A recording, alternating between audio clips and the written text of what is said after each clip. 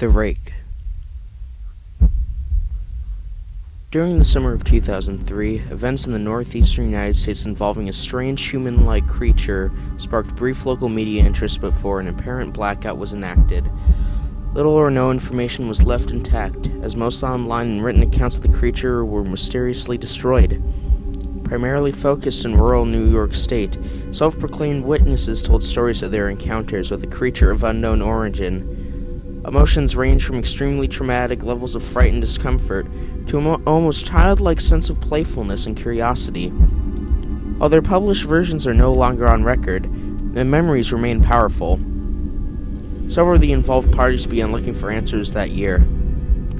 In early 2006, the collaboration accumulated nearly 24 documents dating between the 12th century and present day, spanning 4 continents. In almost all cases, the stories were identical. I've been in contact with a member of this group and was able to get some excerpts for their upcoming book, The Rake. A Suicide Note, 1964. As I prepare to take my life, I feel it necessary to assuage any guilt or pain I have introduced through this act. It is not the fault of anyone other than him, for once I awoke and felt his presence, and once I awoke and saw his form, and once again I awoke and heard his voice, and looked into his eyes. I cannot sleep without fear of what I might next awake to experience. I cannot ever wake. Goodbye. Found in the same wooden box were 2 empty envelopes addressed to William and Rose, and 1 loose personal letter with no envelope. Dearest Lenny, I have prayed for you. He spoke your name. A journal entries translated from Spanish, 1880. I have experienced the greatest terror. I have experienced the greatest terror. I have experienced the greatest terror. I see his eyes when I close mine. They are hollow, black. They saw me and pierced me. His wet hand, I will not sleep. His voice, unintelligible text. A mariner's log, 1691. He came to me in my sleep. From the foot of my bed I felt a sensation. He took everything. We must return to England. We shall not return here again at the request of the Rake. From a witness, 2006. 3 years ago, I had just returned from a trip from Niagara Falls with my family for the 4th of July. We were all very exhausted after a long day of driving, so my husband and I put the kids right to bed and called it a night. At about 4 a.m., I woke up thinking my husband had gotten up to use the restroom. I used the moment to steal back the sheets, only to wake him in the process. I apologized and told him I thought he got out of bed. When he turned to face me, he gasped and pulled his feet up to the end of the bed so quickly his knee almost knocked me out of the bed. He then grabbed me and said nothing. After adjusting to the dark for half a second, I was able to see what caused the strange reaction. At the foot of the bed, sitting and facing away from us, there was what appeared to be a naked man, or a large, hairless dog of some sort. Its body position was disturbing and unnatural, as if it had been hit by a car or something. For some reason, I was not instantly frightened by it, but more concerned as to its condition. At this point, I was somewhat under the assumption that we were supposed to help him.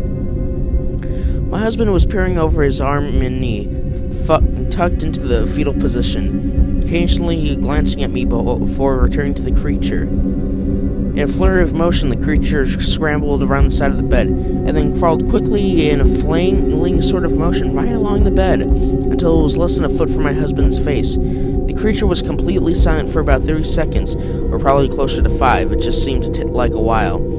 Just looking at my husband, the creature then placed his hand on its knee and ran into the hallway, leading to the kids' rooms. I screamed and ran for the light switch, planning to stop him before he hurt my children.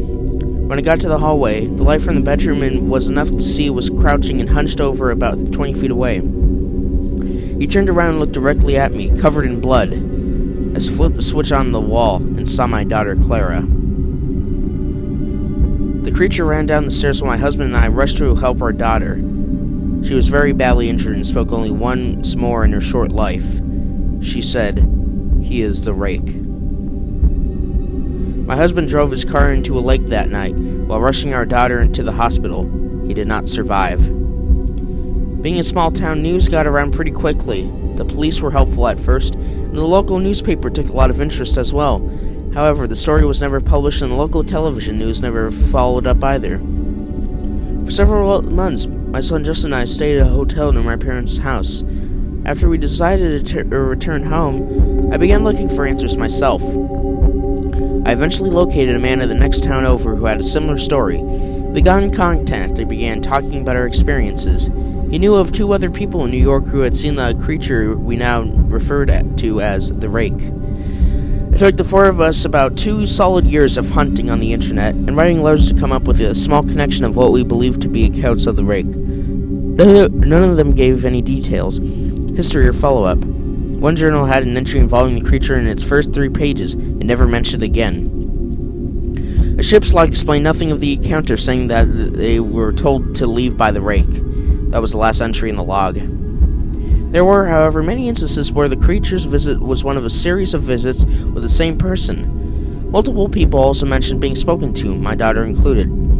This led to us to wonder if the Rake had visited any of us before our last encounter. I set up a digital recorder near my bed and left it running all night, every night, for 2 weeks.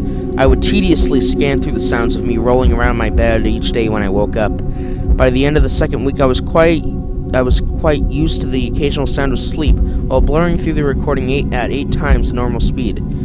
This still took almost an hour every day. On the first day of the 3rd week, I thought I heard something different. What I found was a shrill noise. It was the Rake. I can't listen to it long enough to begin to transcribe it. I haven't let anyone listen to it yet. All I know is that I've heard it before, and now I believe that it spoke when I was sitting in front of my husband. I don't remember hearing anything at the time, but for some reason, the voice on the recorder immediately brings me back to that moment. The thoughts that must have gone through my daughter's head make me very upset. I have not seen the Rake since he ruined my life, but I know that he has been in my room while I slept. I know, and fear that one night I'll wake up to seeing him staring at me. Thank you all for watching. If you enjoyed this video, please leave a like and subscribe. Continue watching the series as I upload more videos on this. Check out my SCP Reading Series 2, and I'll see all of you next time in the next video. So goodbye, everyone.